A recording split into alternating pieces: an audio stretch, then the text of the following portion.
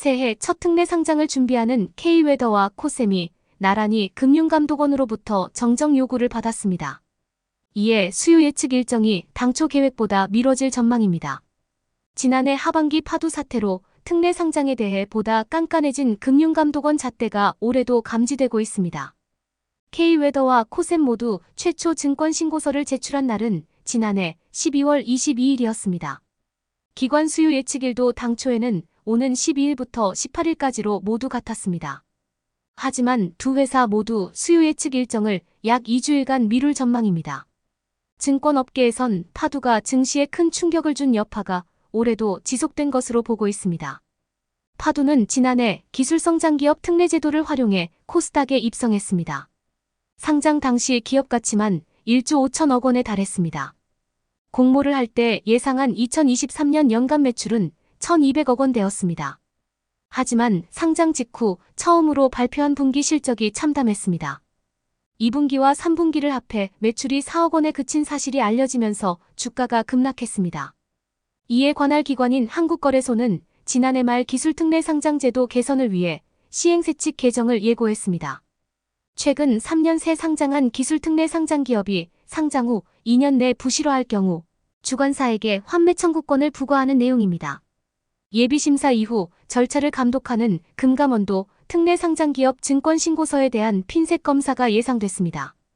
파두가 올 2에서 3분기 매출 공백을 사전에 인지하고 있었을 가능성이 높았음에도 증권신고서에 위험을 충분히 알리지 않았기 때문입니다.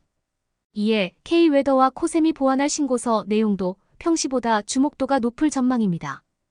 파두의 예상 실적이 문제였던 만큼 추정 실적에 대한 합리성이 흥행 여부를 가릴 것으로 보입니다.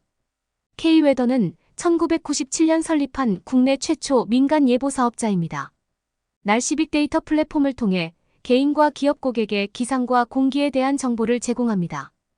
K웨더는 2025년 예상 실적으로 밸류를 정했습니다. 2025년엔 매출 349억 원에 영업이익 77억 원을 기록할 것으로 봤습니다. 이에 따른 2025년 예상 당기순이익은 59억 원입니다.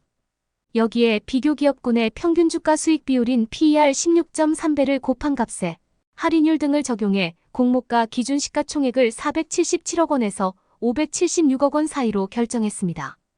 코셈은 2007년 설립한 전자현미경 회사입니다. 나노 단위 미세물을 분석할 수 있는 주사전자현미경을 주력으로 하고 있습니다. 코셈 역시 기술성장기업 특례를 활용해 미래 실적을 밸류에 적용했습니다. 2025년엔 매출 292억 원에 영업이익 69억 원을 기록할 것으로 봤습니다. 이에 따른 2025년 예상 당기순이익은 54억 원입니다. 여기에 비교기업군 PER 26.98배와 할인율 등을 적용해 공모가 기준 시가총액을 679억 원에서 793억 원 사이로 결정했습니다.